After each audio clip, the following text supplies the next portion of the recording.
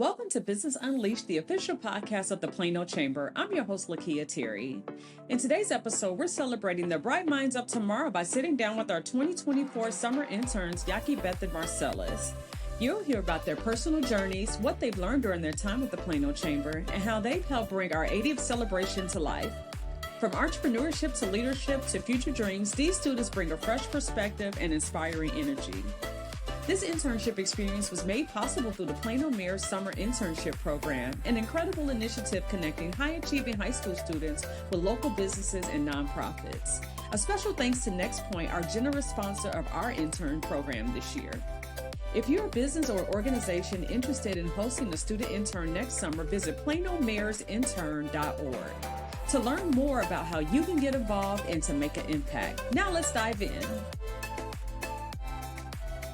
Welcome back to the Business Unleashed podcast, a podcast of the Plano Chamber. We're so excited to have two very special guests with us today. We have our interns with us. So if you've been to any of our events lately over the summer, we've had our interns, Yakibeth and Marcellus, with us this summer, just joining us at events and working on different projects. And so we're excited to sit down with them on the podcast today and just get to know them a little better, talk about some of their future plans and all the exciting things that we're excited to celebrate with them for the future. All right, so welcome, guys. So first off, tell us your name, introduce you to the audience, tell us your name, what grade you're in, kind of like what you have planned for your next after, your internship is over. Future plans. Okay. So hi, my name is Yakibeth Guerrero. I am going to be a junior this year, and my future plans is definitely going to university with a good business program. Awesome. Marcellus? Hello, my name is Marcellus Chuba. I'm a senior at Plano West this year, and my future plans as of right now, finish senior year well and hopefully apply to a good neuropathology program. Awesome.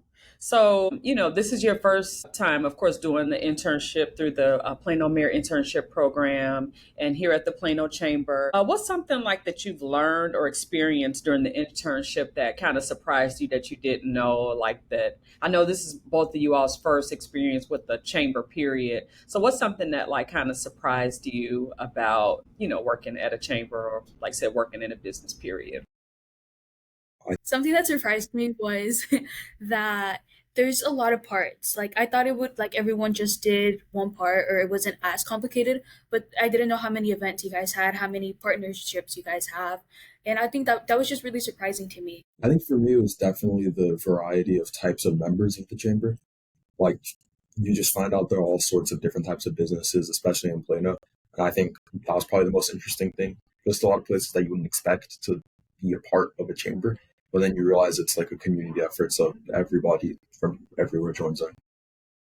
Yeah, that's so true. That was one of the things that surprised me when I first started working here at the Plano Chamber was the same thing that both of you all said. All the moving parts, like sometimes from the outside looking in, you'd be like, okay, yeah, you just do this and you just do that. But it's like, no, especially when you work on a small team, everybody kind of does a little something different, or sometimes the roles kind of, blend into what somebody else may do. We all kind of just pitch in and try to do what we can do and make the work happen. So both of you have like an interest in like business backgrounds and of course in leadership. How do you think this has changed like how you think about business and leadership as a whole? I think this has changed how I think about business and leadership as a whole, more so in the fact that I've seen so many different types of leaders throughout the summer.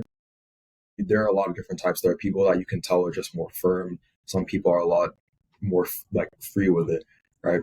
So I think it just kind of showed me that any person can be a leader. It's just the difference is how do you decide to go about it? Are you going to be strict? Are you going to watch from afar? I think more so that type of thing. Mm-hmm. Yeah, it is. I mean, it's so many different like leadership types and it's so many different ways to like get to like one particular end goal. And yeah, everybody is definitely there, especially on our team. Everybody is definitely different. It has different personalities and all of that kind of stuff. So let's switch gears a little bit. Yhoaki, you are a business owner, entrepreneur. And I'm just so inspired by what you do and how you're making an impact even now, still being in high school. So tell us a little bit about your business and kind of what inspired you to start it. Yeah, so my business is Yhoaki, and it's basically just a way that I'm able to share my culture, my roots, where I come from. And yeah, it's just I like to be able to express with everyone like how beautiful Mexico truly is. And Yhoaki is basically I just promote different artists from different parts of Mexico. These parts include Guanajuato, Oaxaca, Chiapas. It's just some different parts, and it's like their main type of art form from these different parts that they can make. Yeah, that's basically what my business is. And what inspired Yhoaki is actually like a little wholesome story. So my family is from Guanajuato, Dolores Hidalgo, to be specific. And there's these older ladies in there that they were selling handmade dolls with the typical outfits representing each state of Mexico. And business wasn't doing so well over there. And that's when we had the idea like, hey, no, I've never seen any doll like this in here. Why don't we buy whatever they have and sell it here, be able to promote them? Business was slow also for us at the beginning, but little by little, we were able to finally make some profit and be able to sell. And that's how we thought, why don't we help more people? Why don't we help like my why don't we help more people from my community over in Mexico? And that's how we basically opened to be able to sell not only dolls but bags, jewelry, stuffed animals, and yeah, that's basically what Yhoaki is. That's really cool. That's really, really cool. So what have you learned about like through your business? I mean, because a lot of people, especially like younger, everybody wants to go viral and have this like viral moment and like, be really popular. But I really admire how, your business is with a cause and it's not just thinking about yourself, but thinking about other people and how it affects them. What are some things that you've learned about entrepreneurship since you started your business? Because it's definitely not an easy thing and it's very difficult, what you're doing. So, what have you learned about entrepreneurship through running your business? What I've learned is that it's just as much about resilience and heart than it is about strategy. Like building a business from scratch, it's not easy. I'll tell you that. There's been so many hard moments. Like I've gone to events that I've gas money was more than what I've sold. It's been rough being, but what I loved what I do. I love what I sell, and I trust it. I knew that it was gonna work. It doesn't matter how long. And I think that you have to love what you do to be able to succeed. So that's definitely something that I learned. Oh yeah, you definitely have to have a passion Hmm. for what you do because when it gets hard, like if you don't have a passion for it and you're just doing it for money, when it gets hard, you'll easily walk away from it and you'll be like, oh, whatever, I'm done with that. But when it's something that you really love and you feel passionate about it and you're actually helping other people, that makes you get up every day and stick with it and be like, you know what? Yeah, yesterday I felt like quitting, but today I'm going to keep pushing through and I'm going to, make it happen again, even though it didn't work out good yesterday. Yes. So Marcellus, you're heading into senior year. Senior year is going to be really exciting. We just had a conversation last week about senior year and making sure you do all the things that is possible to do. So, what are some of your? Let us know some of your plans after high school. I know what you want to major in. Like, what's like if you had a dream school or like a dream like career? What would it be after high school? I think right now after high school, a dream school for me would definitely be Johns Hopkins. Like they have Hmm. a great medical program. They're ranked like number one. So many different things. They have amazing programs, especially in biology. But I think as far as careers go, or what I intend to do currently, obviously I want to major in neuroscience and then continue into med school and eventually become a neuropathologist. I'd say that's probably my dream career right now. But the things I intend to do now are, as I am a member of clinical practicum, I want to get my PCT certification, but also get certified as a pharmacy tech and probably work as a farm tech throughout college and into med school as well, just to make cash on the sides, I think. And I'd say, as far as, I guess that's more of like a brief overview of what I've planned right now. It's good. I mean, it's definitely, hey, the opportunities are there, and it's like whatever you can push towards, and hey, you could do it. You definitely could do it. I think it's really is like whatever you have the opportunity to do, like if there's something in front of you that's within your reach, I think it's always good to go for it. Hmm. Very true. I mean, because a lot of people, especially like, I mean, when you get to my age, I mean, and when at your age, you're like, oh, I could do anything. And I think that is so important, especially when you get to my age. And, it's like still believing that, hey, whatever I can set the goal and actually attain it is going to be, like priceless for me. Never ever stop believing that something is, not out of reach for you. Like everything that you want to do, both of you, is definitely in reach for you if you want to set out to, pursue that particular thing. So that's really cool. What's one skill or experience that you all have gained during your internship that you think that will help you in the future? Yaki, you can go first. One experience would definitely be the networking events that have happened with the Plano Chamber.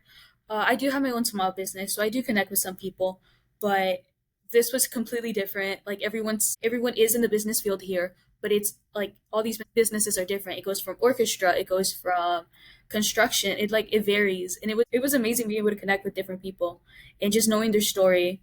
And yeah, that would definitely stick with me. Marcellus, what about you? I'd say for me, probably my overall communication skills. Uh, as far as leadership roles, even though I do have a lot of leadership roles under my belt, I wouldn't say I'm the type of person, like if someone says we need someone to direct something, I'm not the type of person to be the first one to be like, I'll do it. But I do think I am the type of person where if I don't think that someone else can do it correctly, or if there is no one else, then I know that then I trust myself to get the job done.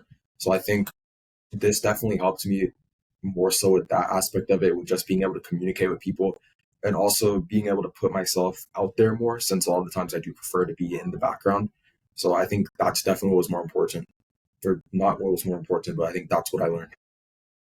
Oh, that's very true. I mean, I think that like if you can like learning the network is a huge skill, and if you can do that, it's gonna like it's an old saying that it's not about what you know, it's about who you know, and that's one of the things that a lot of people when they join the chamber, they join it for the networking aspects because a lot of times you're never put in positions where you're in the room with the people that you all have been in the room with just on a regular everyday, basis. It's not like you just running into certain people at the grocery store. You just sparking up this wonderful conversation about a business. But in these networking settings, people are everybody's prime, they're coming to meet people. They're coming, they want to meet people, they want to talk to people. And so I think that like when you all started, that's what we said, like, hey, no, we want you to go to the event. We want you to actually talk to people and meet people and, get to know all the people, build your LinkedIn connections and all of that kind of stuff. Because,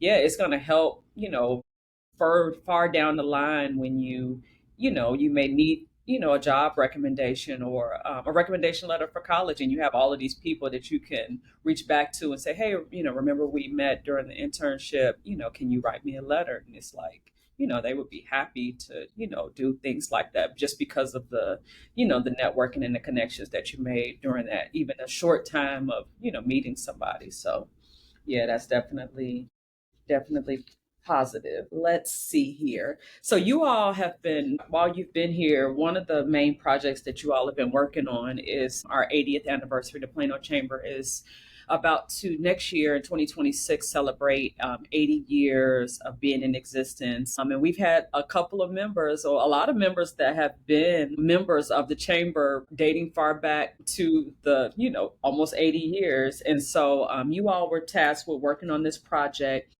So tell us like what you did for the project and kind of what your process looked like, because we didn't give you any background or we didn't help you out on this project at all. We didn't give you any background. We gave you a quick overview of what we wanted, and you all just took the reins and said, "Hey, we got it," and you all have done a wonderful job in putting this project together. So tell us a bit about what you all worked on with the 80th anniversary project. I think the first place to start, or I guess I'll just go over like how we started and where we ended.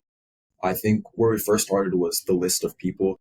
So it was kind of identifying that list and then me and Yhoaki going, okay, we're going to attack this head on. We're going to split it in two halves. And then we kind of just started shooting out emails. So we shot out a bunch of emails, and then slowly as people started getting back to us, it was a lot of phone calls. Hey, how are you? We'd like to celebrate the 80th anniversary. Can we please set up a time for an interview? And then from there, it was we get to the place, we meet these people. A lot of times it's small talk, and they tell us a lot of things about the chamber since they've been members for so long. And that's kind of where you get to see the impacts and how the chamber affects the community. Because I think what a lot of people think or see with especially like city or government oriented organizations, is they're like, well, we don't really see these people make an impact. And you can also hear it in the voices of the people, because let's say they have events, there won't be a lot of people showing up, or people wouldn't have heard of the organization before that. But something that was a common theme throughout all of this is people have a lot of things to say about the chamber, the events that they loved, how long they've been members, how the chamber affects the community, how impactful it is, why they're members, and why they continue to come back year after year, especially with some people saying that they had memberships that date back to the 50s, I think. So it was kind of that long process where we got to hear a lot about people's stories. And as far as us taking the reins, I wouldn't say it was really us taking the reins. I think it was more so just how it naturally happened with us interacting more with the community. Since as you see clips come out more and more, a lot of it is more so directed by the people that we were with. Because we basically told them, we want you to represent yourself in the way that you think best suits your business or yourself. So it's more of like a raw way to interact with the person. So after that, we kind of collected all the clips. Sometimes like we talked to them, try to make connections after, of course, but everyone was very wonderful to me. We had a lot of great conversations, and I think that was basically how we got it done. Yhoaki, you have anything to add? No, you basically said everything. It was hard to get a hold of them sometimes, but at the end, it was even a great experience for us because we got to see what they did and like how important their business has been to them and how it's grown and developed here in Plano. Yeah, it was a really great opportunity to have. So what was like anything, did you like learn anything surprising about any of our chamber members, like while you were working on a project, like, like, wow, man, that was really crazy. Like, was it anything that like really surprised you when you were talking to anyone? Something that did surprise me a lot, I already kind of said this in Southern Marcellus, is that how different each person is. Business is basically everywhere, and it's just, in my opinion, it's just amazing how it connects with each person and like what they're interested in. They were able to connect like their interest, their passion with business. It was just, I really like having the opportunity to be able to talk with them and them explaining how it all developed and how it all happened. And I think like when you talk to somebody that's like, if they joined the chamber 60 years ago, then that means they've been in business for over, 60 Yeah. years. And so I know they've seen business change and, they've pretty much seen everything under the sun that you could possibly even think about. They've experienced it. And so I'm sure, as an entrepreneur, you were like, man, that's, like you really like, stuck with this. So like, how did working on like a project like this, like what skills do you think working on the 80th anniversary project helped? What kind of skills do you think that helped you develop? I think that definitely helped with, I think very specifically, communication and networking. That was the big thing, because as we like met all these different people, like Yaki said as well, everyone is very different. So in the same way that we speak to someone else, we don't speak in the same way to another person. So I think it was like, as we talk to the person, like kind of adapt tone, what we're going to say, how we want to phrase things, words, things like that. And of course, networking, since a lot of it was networking. Like we meet people as we're interns, they're always very interested in like what we're up to, how do we get to the point. So it was a lot of, yeah, I was going to be a senior at Plano West. This is what I'm interested in doing in the future. People, they really like to talk and ask a lot of questions, which I think was great because you learn a lot about people through conversations. So I think the two big takeaways from this were definitely the communication and networking aspects. Awesome. And if you had it your way as we plan the 80th celebration and things like that, if you could add like one more thing to the 80th like celebration as a whole, what would it be? What's something like we could do better, or something that if you wanted to add something to the celebration, what would it be? Maybe getting some of the oldest members together, I think, because a common theme was we did hear a lot of people like cross-reference each other. Like uh we talked to Mr. Chuck O'Reilly, who owns like all the McDonald's. He owns, yeah, basically all of them here. And he mentioned Mr. Jamie Shell. He mentioned a lot of people from the Plano Rotary Club as well. And everyone was kind of just talking about each other. Like it was a lot of times like someone would say a name, I'm like, hey, I think we talked to that person, what was it, a few weeks ago? So I think it would be interesting at least to have a lot of these people interact, since they all have a lot of great things to say about each other. And it would also, they have a lot of great things to say about the chamber as well. Yeah, Sure. For some of those people, throughout the years, they probably haven't been able to, get together as much as they wish they, would. So that would be a great opportunity to have maybe some sort of smaller like celebration with just those, long-term members that have been here, closer to the 80th year or whatever to get them together and to keep them involved. Because a lot of times, I'm sure over 80 years, their involvement with the chamber has like increased or decreased in some times just because of busyness and life changes. And some of them have passed business on to their children and throughout generations and different things like that. So I think at any time we could, get them in the room and just glean from their knowledge and what they have to share is definitely a positive thing. Well, like this has been a really, really good conversation. Like I said, thoroughly enjoyed having you all with us for the summer. What's one thing each of you, and I'm sorry, I forgot. You all were supposed to ask me a question. So that's right. Go ahead. You can go ahead and ask me a question. The question that I have for you is, with the chamber team being so small, what was kind of, I guess, like a big setback for you since you are the marketing team? Like it's just you. So it was like a big setback that you had there, and how did you overcome it with the resources that you have now?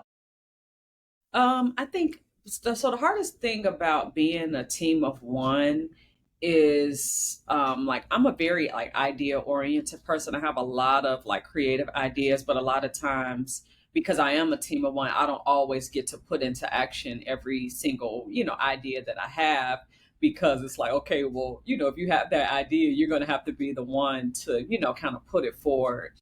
And so a lot of times, you'll just start working on the items that are the most pressing. And like a lot of times for us, a lot of pressing items like include events, like, of course, we have the podcast and we have like inside look videos that we go and film and, social media and the website and all of those kind of things. And just so, I mean, what I typically do is work on the pressing items first. And then typically during the summer months, it's very quiet. We don't have as many events as we normally have. So during the summer months, I kind of use those quiet moments to kind of do a lot of projects, like enhancing projects that we didn't normally get to do. Like this week, we have our bottom line newsletter. And I was like, okay, well, I have some time now. I'm going to redesign the bottom line because it's been literally the same design since I've started here. And I've always wanted to do it. I'm going to take that time to do this. So just prioritizing the projects. And then, when it's quiet, utilizing that time to kind of put some creative things in order. Like we wanted to be able to tell more stories, kind of like what you all are doing with the 80th anniversary. We want to be able to get with our members and tell more stories and tell their stories and let people, kind of highlight and focus on our members because that's, the most important thing to us right now, whatever. But yeah, that's my response. Yaki, you have any questions for me? But yeah, I was wondering if when you started working here at the Plano Chamber, was it what you expected? It kind of was what I expected, a little bit of both. So previously, before I worked at the chamber, I worked for churches and I wasn't like, I understood or I thought I understood what chambers did. And, I've always had a passion like for businesses and entrepreneurs and just seeing people grow. So I felt like it'd be a good transition from the church world to the chamber. I think what surprised me the most was just the longevity of the members and how it's almost like a family in a sense with the members because like if you like you all have been to our Friday morning at the chamber and the first time I sat in Friday morning at the chamber and somebody gave like their spotlight their 30-second pitch and the entire room knew what that person was about to say and I was just like okay, hold on. How do you know that? But it just really, like it really dawned on me that, man, these people really know each other. And when, they have an issue with their roof or they have an issue with their plumbing, they have people, they don't have to look, they don't have to Google a random company that they can find. They can literally look around the room and say, hey, I know John and John does roofing. I feel more comfortable reaching out to John than a random person that knocks on my door. And so I was like, man, like, these people have really built a community and a network of people. So I think that's the biggest thing that kind of surprised me. Work wise, like workload wise, no, I wasn't really surprised. It's very, very similar with like the groups and like different, like women's division and YPP. It's very similar to like ministries in the church. So that really didn't surprise me. But like I said, we just have like a really like great small team. I love how we all get together and like kind of plan things and work together. It's never one person working on the island or feeling like they're drowning. We can all like get together and say, okay, I'm gonna do this, you do that, and we clap hands and we say, let's go, and we get it done. And so that has been one of the biggest things that I've really loved about working for the chamber is how we get together on things. Yeah. And so I want you all to share your LinkedIn. Tell people, Yaki, you have a website for your business. Share your website information. Share your LinkedIn or your name on LinkedIn, and we'll put it in the show notes so that people can connect with you because we definitely want to keep up with you. You all are destined to do some great things, and we want to make sure that we support you. Like I said, if you need a recommendation letter or you need anything, beyond, today, the school year, next year, college, whatever, you always have, a place that you can come back to and people that, support you here at the Plano Chamber. So share your information so that people can connect with you and we can keep up with you, once you leave. Yeah, so I unfortunately don't have LinkedIn. Texas does not allow 16-year-olds to have one. You have to be 18 plus. Gosh, but I do have a website for my business. You guys can just Google YHOAKI.com or just Yhoaki and it should pop up. All my socials should be there. Awesome. Marcellus? For me, it is just my LinkedIn. It's just my name, Marcellus Chuba, MarcellusChuba, and that should pop up. Awesome. Well, this has been a great conversation, and thank you for joining us on the Plano Chambers Business Unleashed podcast. And that's it. We're signing out. Thanks so much for tuning in to this special episode of Business Unleashed. A huge thank you again to our amazing interns, Yakibeth and Marcellus, for sharing their stories, and to Next Point for sponsoring this year's Plano Chamber internship experience. Until next time, I'm Lakia Terry, and this has been Business Unleashed. Stay inspired, stay involved, and keep leading the way in Plano.